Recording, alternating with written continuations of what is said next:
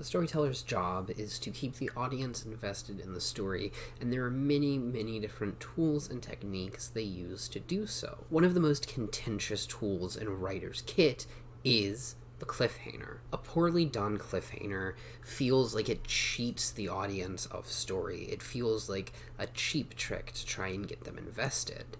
But a well-done cliffhanger has the opposite effect. It forces the story into the audience's mind. It makes it stick with them until they can get to the next episode or the next chapter or whatever comes next, because they just can't wait. Today I'm going to be talking about cliffhangers, what makes them work, the essential parts of a cliffhanger, why they fail, and how to make them succeed. This video was inspired by the cliffhangers from some anime I've been watching this season. Some of them have been excellent, some of them less than excellent.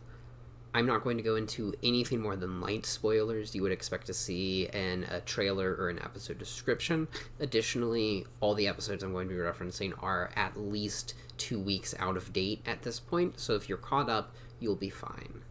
Let's get into our first example with the Rising of the Shield Hero. The Rising of the Shield Hero is going to kick us off with our example of a poorly done cliffhanger. We're specifically talking about the cliffhanger at the end of Season 3, Episode 8, Dragon's Den. In this episode, Naofumi and his party have to fight a dragon. The dragon fires a breath weapon at the children Naofumi brought into a fight because Rising of the Shield Hero has issues, and he throws up several shields between them and the breath attack, and then it hits and the screen washes white. Cutting in the middle of the action like this is the most basic form of cliffhanger and the least satisfying. This attack is the climactic moment of the episode, so why aren't we getting to see it?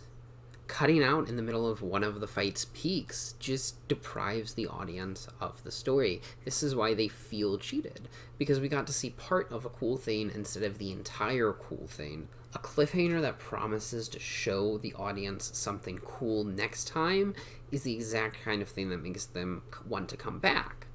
But a cliffhanger that shows the audience part of a cool thing and then takes it away is relying on the audience feeling more intrigued than irritated that they've been deprived of story, because that's all that is happening here.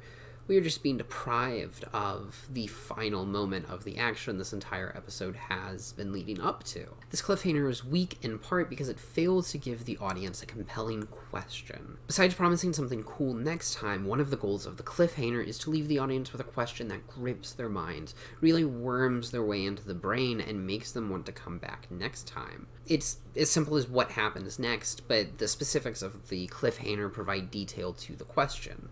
In this example, the question Shield Hero leaves us with is, will Naofumi and the children survive the dragon's attack? This isn't a compelling question because Rising of the Shield Hero just isn't Attack on Titan.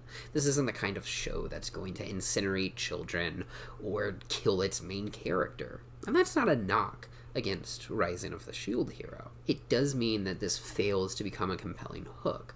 We know the worst case scenario is probably just Naofumi taking serious damage and somebody being like, he can't take another hit like that. Because we more or less know the outcome, that minimizes our excitement and weakens the cliffhanger. So this cliffhanger has failed on 2 accounts. Firstly, instead of showing us something cool, it has deprived us of something cool by cutting out in the middle of a climactic action and taking one of the fight's peaks and preventing us from seeing it as a very bad tease. And it's failed to give us a compelling question because we already know the answer, and this knowledge means that we have a lack of interest. We're not compelled to come back to get it answered. Of course, something that we'll see in some of the next examples is how this question can change and how it doesn't necessarily just need to be, will this character survive?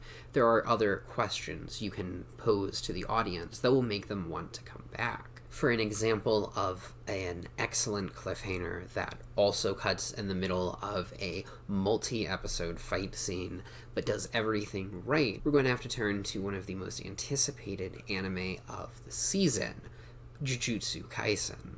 The new season of Jujutsu Kaisen, especially the Shibuya incident, has delivered a series of explosive cliffhangers episode after episode, and they've all been pretty excellent. For this example, we're going to be looking at the cliffhanger at the end of Right or Wrong Part 1, which is the first episode of Itadori's multi-episode fight with Mahito. The situation of this cliffhanger is really simple. We cut from Itadori's fight with Mahito to an alley above the station where Nobara is fighting Mahito's duplicate. They prepare to face off, and Mahito declares his intent to kill Nobara as an act of psychological warfare against Itadori. In this example, Jujutsu Kaisen succeeds everywhere where Shield Hero failed. Firstly, though these questions are similar, Jujutsu Kaisen's is much more compelling. Will Nobara survive her encounter with Mahito?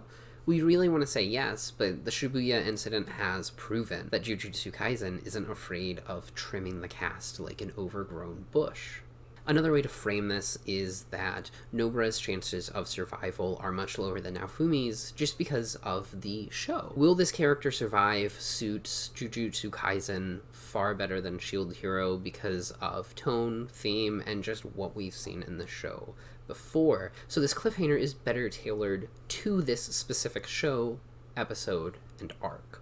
Next, and probably more importantly, this cliffhanger doesn't leave us feeling cheated as an audience. The primary reason it does this is because it doesn't cut in the middle of a peak in the action. Instead, it takes advantage of Nobara's entrance being a natural lull in the fight. Action scenes have a natural ebb and flow to them. They're never just two combatants wailing on each other for 20 minutes straight, because then that just becomes a blur of violence and it loses story. In anime especially, fighters tend to trade a few blows, maybe fire off a flashy technique, and then break apart. Trade some snide remarks and taunts. In the case of the fight with Mahito and Itadori, there's a fair bit of conflicting philosophies thrown around. Sometimes we'll cut to a different scene entirely and interspace a fight with a less tense scene. Varying the pacing and content of the fight just keeps everything more exciting and more tense and makes the story work a lot better. Introducing Nobara is a fantastic example of a lull or twist in the action. The story has to slow down to introduce her, to set the stage, both literally in terms of the setting, in this case an alley that's relatively near the station, but distinctly separate from Itadori's fight with Mahito Prime, the original Mahito, and it also establishes the combatants.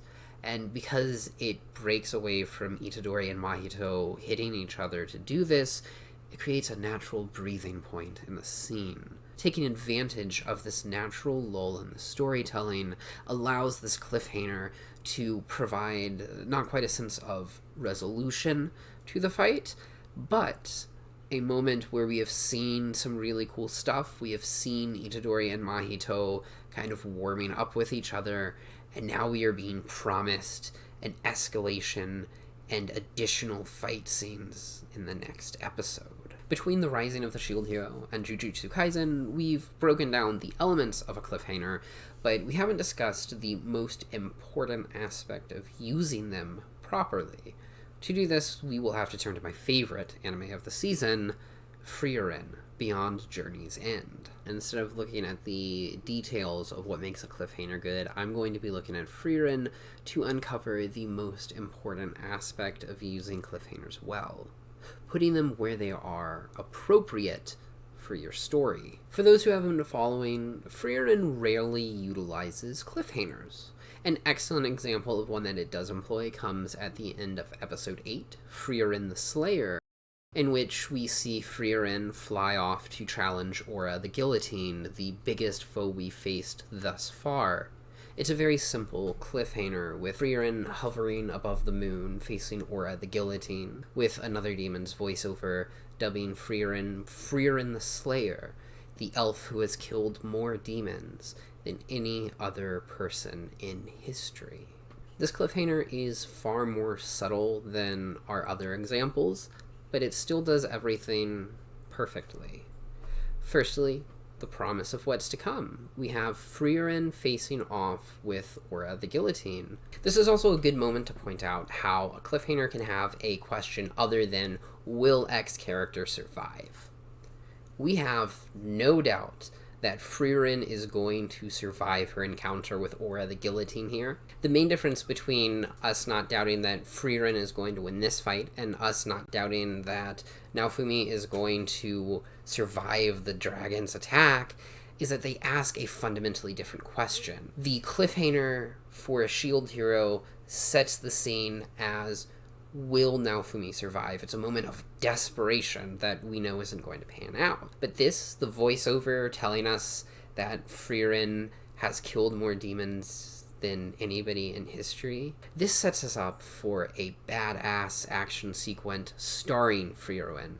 We are not watching because we're wondering if Frieren will survive her encounter with Aura. We are watching because we want to know how Frieren is going to destroy her. We know the outcome, but we're interested in seeing it. This scene is hyping Frieren up, and it is also just promising us the conflict instead of making us guess at a resolution we already know. Let's contrast this cliffhanger with the ending of a more recent episode of Frieren, an aversion to one's own kind. Unlike Frieren the Slayer, this episode doesn't end with a cliffhanger, but a simple resolution. In this episode, Frieren and her party encounter the brilliant priest Sign, who Frieren wants to join their party. Will Sign join or not becomes the dramatic question of the episode, and the question is answered at the end, and then the episode ends much as it began, with Frieren and her party journeying towards heaven.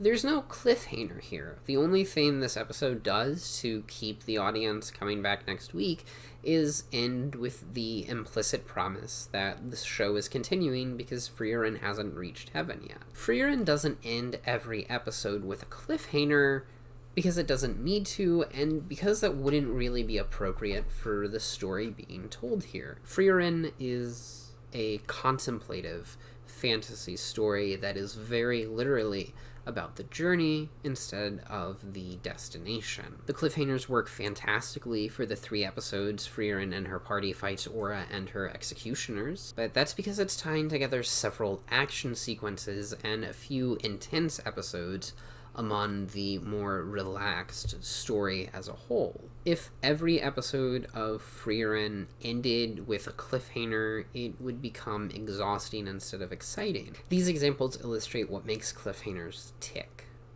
The goal of the cliffhanger is to make the audience come back next time, be that to the new episode next week or just turning the page to the new chapter.